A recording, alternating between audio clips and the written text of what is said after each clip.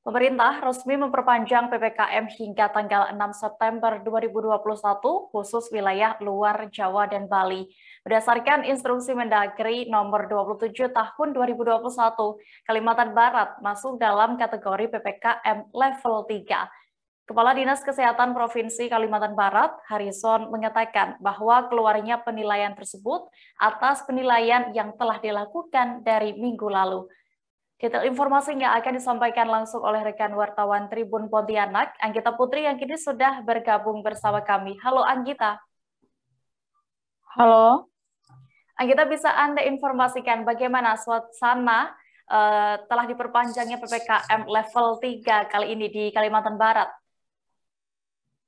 Baik, untuk Kalimantan Barat sendiri telah ditetapkan masuk dalam PPKM level 3 berdasarkan instruksi Mendagri yang telah dikeluarkan nomor 27 tahun 2021, di mana untuk daerah di luar Jawa dan Bali itu untuk perpanjangan PPKM akan diperpanjang mulai 24 Agustus hingga 6 September. Nah, untuk hari ini sendiri Kalimantan Barat untuk kondisi khususnya di Kota Pontianak masih tetap menerapkan PPKM level 3 yang masih sama pada minggu sebelumnya.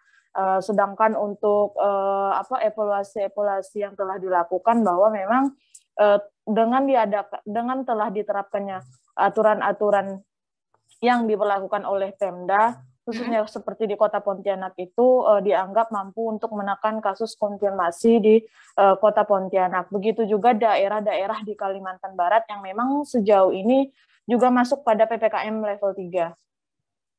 Iya, lalu bagaimana dengan hasil evaluasi dari penerapan PPKM level 3 sebelumnya, Anggita?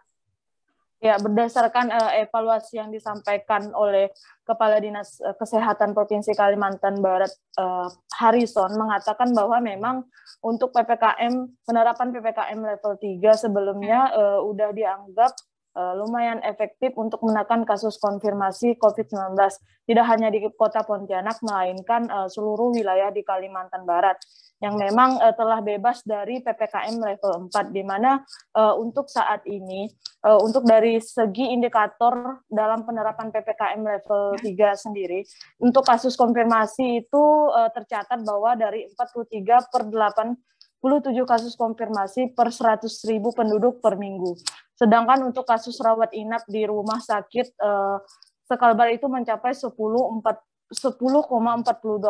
per 1.000 penduduk per minggu. Di mana untuk kasus kematian yang tercatat sekarang ini di angka 1,82 per 100.000 penduduk.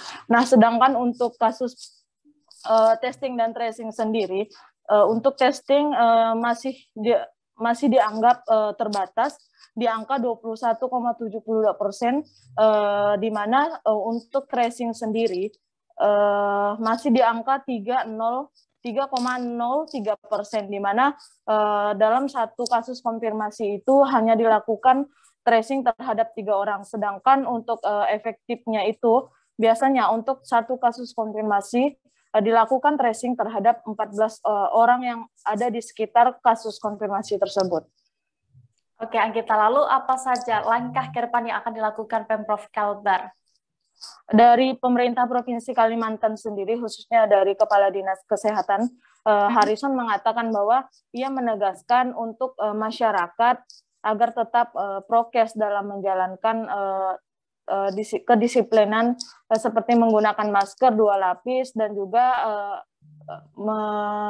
mengingatkan agar tidak melakukan kegiatan-kegiatan yang tidak terlalu penting, jauhi kerumunan, dan sering mencuci tangan. Selain itu, meminta agar pemerintah kabupaten kota juga menggencarkan untuk pelayanan vaksinasi. Sedangkan untuk stok vaksin sendiri, Harrison meminta agar setiap stok vaksin yang ada di kabupaten kota itu untuk segera dihabiskan untuk penggunaan vaksin tahap 1 maupun tahap 2, agar nantinya Kalimantan Barat, khususnya untuk kabupaten kota itu mendapatkan drop vaksin dari Kemenkes kembali. Iya, Anggita, tadi juga sudah sempat melakukan wawancara bersama Kepala Dinas Kesehatan Kalimantan Barat, Harrison. Berikut liputan lengkapnya untuk Anda. Instruksi Mendagri nomor 37 tahun 2021, Kalimantan Barat dalam kategori PPKM level 3. Ya. Nah itu sebenarnya penilaian dari minggu yang lalu. Itu ada 6 indikator ya. Jadi untuk indikator kasus konfirmasi itu 43/87 kasus konfirmasi per 100.000 penduduk per minggu. Ya. Sedangkan untuk rawat inap di rumah sakit ada 10,42 per 100.000 penduduk per minggu yang dirawat di rumah sakit. Ya. Kemudian untuk kematian itu 1,82 per 100.000 penduduk per minggu. Testing kita masih terbatas, yaitu 21,72 atau positivity rate-nya. Positivity rate-nya itu 21,72 ya. Kalau di bawah 5% itu baru memadai ya.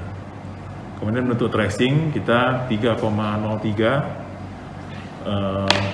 jadi satu orang kasus konfirmasi kita baru bisa melakukan tracing terhadap 3 orang di sekelilingnya ya. Yang bagus itu kalau satu kasus konfirmasi ada 14 orang lebih di tracing ya. Kemudian untuk treatment, Tribuners, informasi tadi sekaligus menutup perjumpaan kita dalam live update petang ini. Jangan lupa untuk terus memperbaharui kabar terupdate lainnya hanya di kanal YouTube Tribun News. Dan lantaran masih di tengah pandemi, kami kembali mengingatkan untuk selalu menerapkan protokol kesehatan dimanapun Anda berada. Mewakiliku yang bertugas, saya Diamita pamit. Terima kasih dan sampai jumpa. Jangan lupa like, subscribe, dan share ya!